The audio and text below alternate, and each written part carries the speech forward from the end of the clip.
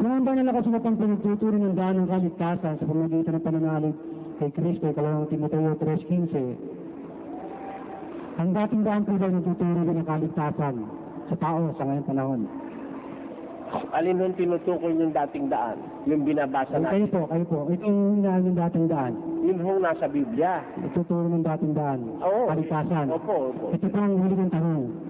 Kung nagtuturo po kayo ng dating daan ng kaligtasan, ito po. Ito po ang tanong ko sa inyo personal na ngayon po. Dumating na sa punto ng buhay niyo, na naisip niyo, kung sakaling namatay kayo, napunta kayo sa langit.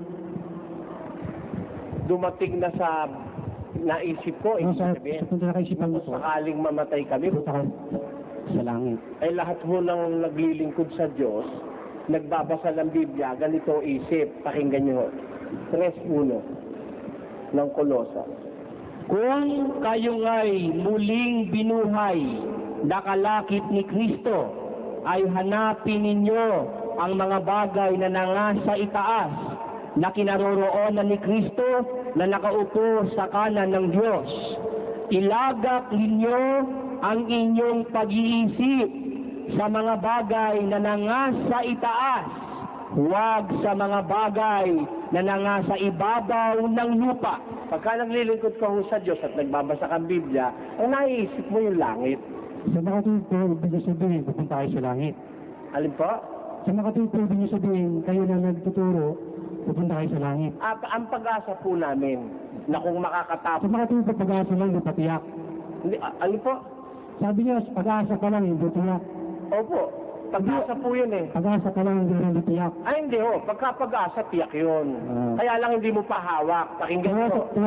Sandali lang po, para i-justify ko yung tanong, yung sagot ko. Basa, sa Roma. Sapagkat tayo'y iniligtas sa pag-asa.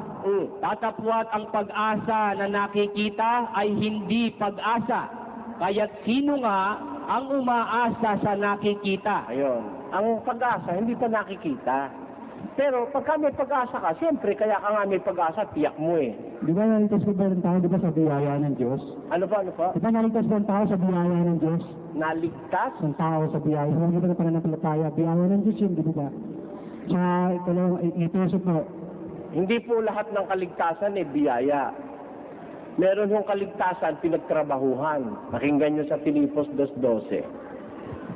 Kaya nga mga minamahal ko, kung paano ang inyong laging pagsunod, na hindi lamang sa harapan ko, kundi bagkus pa ngayong ako'y wala, ay lubusin ninyo ang gawain ng inyong sariling pagkaligtas. Ayun.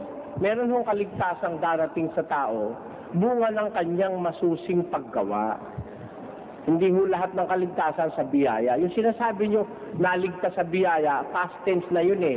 Naligtas sa pamamagitan ng biyaya sa pamamagitan ng pananampalataya. Ang tinutukoy po rin sa 2:8-9 ng Efeso, yun yung nasa 2:5 na yung kaligtasan na yun, kaligtasan sa kasalanan. Iniligtas ka sa kasalanan ng kahulugan nun. Nasa 2:5 po yun. 8 yung sinasabi nyo, hanggang 9. Ikoman nyo lang po sa 5 kasalanan ng tinutukoy doon. Sa makatuwid po, ang pag-asa nyo na makakapunta kayo sa langit. Siyempre po, pag naglilingkod Okay, ito po. Pahito na po ang huli. Kung sakali po hinarap po sa Diyos, no? Lahat po naman yata po ng nagtitiwala o naniniwala sa Diyos, no? Kung sakaling hinarap po sa Diyos, na itanong niyo kayo ng ganito, anong karapatan mo? Ikaw ay papasukin ko sa aking kaharian. Ano yung sasagot niyo sa Diyos? Marami hong sagot yun. Yung karapatan ng pagpasok, sabi ho ni Kristo, hali kayo mga pinagpala ng aking Ama. Manahin ninyo ang kahariang inihanda sa inyo buhat ng itatagan sa libutan. Sapagkat ako'y nagutom, inyo akong pinakain. Nauhaw ako, pinainom niyo ako.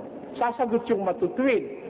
Panginoon, kailan ka ba namin nakitang nauhaw, pinainom ka at nagutom, pinakain ka?